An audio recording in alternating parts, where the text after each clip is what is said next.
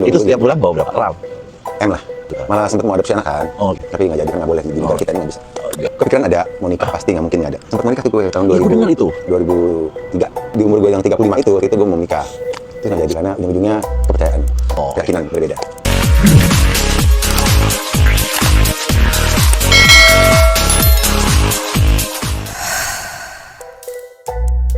Assalamualaikum warahmatullahi wabarakatuh.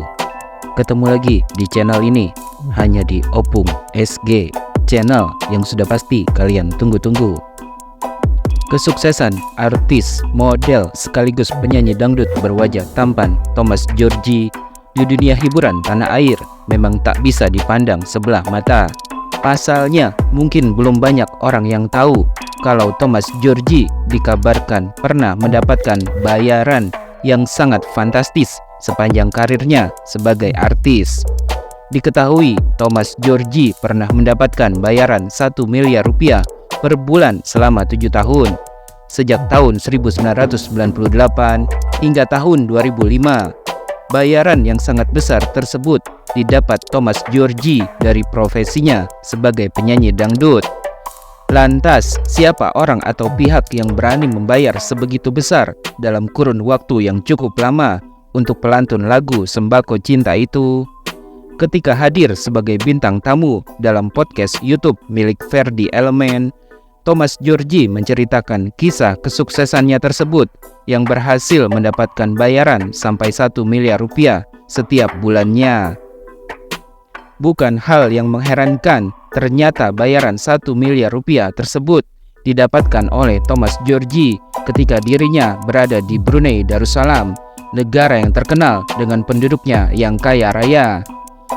Lo kan sempat di Brunei tuh, bahkan gue dengar lo sempat jadi talent tetap di sana. Itu benar? Tanya Ferdy Elemen. Thomas Djorghi pun membenarkan ucapan Ferdy Elemen. Bener, jadi emang rajin banget, sebulan bisa tinggal 2 minggu, 3 minggu. Jawab Thomas Djorghi. Itu dibayar kan? Tanya Ferdy yang semakin penasaran. Iya dibayar, perharinya, per show-nya. Jawab Thomas Djorghi lagi. Berapa sih? Around berapa kira-kira sehari? Kita orang awam pasti kalau denger Brunei kan wah banget, apalagi di istana. Lo di istananya kan? Tanya Ferdy lagi.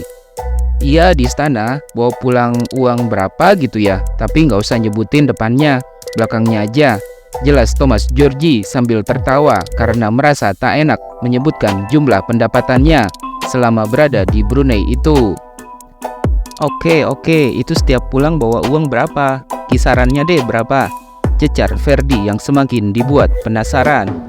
Thomas Djorghi tidak memberikan jawabannya secara rinci.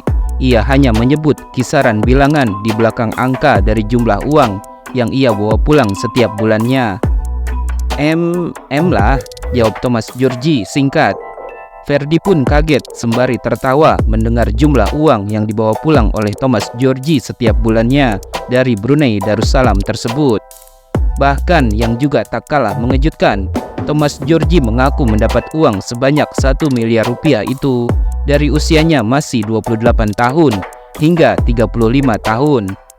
Jadi lo selama di sana berapa tahun? Kalau dihitung di sana itu jadi berapa tahun? Ada 10 tahun. Tanya Ferdy lagi yang tak mampu menahan rasa penasarannya. Dari tahun 98 sampai tahun 2005, 7 tahunan lah, jawab Thomas Djorghi. Meski banyak yang bertanya-tanya apakah hanya dengan bernyanyi Thomas Djorghi dibayar sampai semahal itu, ternyata itu memang benar. Pekerjaan Thomas Djorghi di sana cukup sederhana dan masih berhubungan dengan dunia entertainment. Ya, Thomas Djorghi yang berprofesi sebagai penyanyi dangdut didaulat untuk menghibur keluarga istana kerajaan Brunei Darussalam secara tetap selama 7 tahun. Rajin gue sebulan bisa tinggal 3 minggu, 2 minggu. Iya, baik. Per harinya, per show-nya, depannya, belakangnya aja. M lah, 30, 28, 29, 30, 21, 32, 35. Dari tahun 98 udah. Itu tahun 2000 sampai 2005. Tahun 98 sampai 2005 ya. minta gue beli properti pastinya. Properti, oke. Rumah apa? Di mana? Di Bali. Oh, di Bali. Jadi kalau Dengan orang karena tua mungkin ya seperti orang tua juga berada dan itu. juga karena susah juga. Susah. Betul, itu capek banget. Karena kan nyanyinya kan nggak, itu Jamnya juga nggak tentu. hibur mereka di kala mereka pengen makan malam, mereka nggak bisa tidur. Ya, gitulah. Menemani mereka begadang, gue nyanyi show. Gue nyanyi sebenarnya nyanyi show. Lu ready? Pakai Pakai band. Malah sempat mau adopsi anak kan. Oh, oke. Tapi nggak jadi kan nggak boleh digitanya nggak bisa. Enggak. Kalau orang tua atau perempuan ngadopsi anak boleh. Oh. Gue nggak tahu, karena lupa umur gue. Iya. Gue kenapa gue bergaul sama keponakan gue, kelabing sama keponakan gue, teman-teman yang muda-muda. Nah itu resep awet mudanya itu. Gaul sama yang yang muda-muda. Betul. Ya, auranya kesini. Muda. Kepikiran ada mau nikah pasti nggak mungkin nggak ada. Sebenarnya tuh gue tahun 2000. Gue dengar itu. 2003 di umur gue yang 35 itu, waktu itu gue mau nikah. Nah ujung-ujungnya kepercayaan. Oh. Keyakinan berbeda. Enggak gue nggak trauma kok. Cuman saat ini gue belum mau membohongi diri gue sendiri. Iya. Kalau gue belum siap, belum mau, Bener, gue bener, paksain gitu. bener.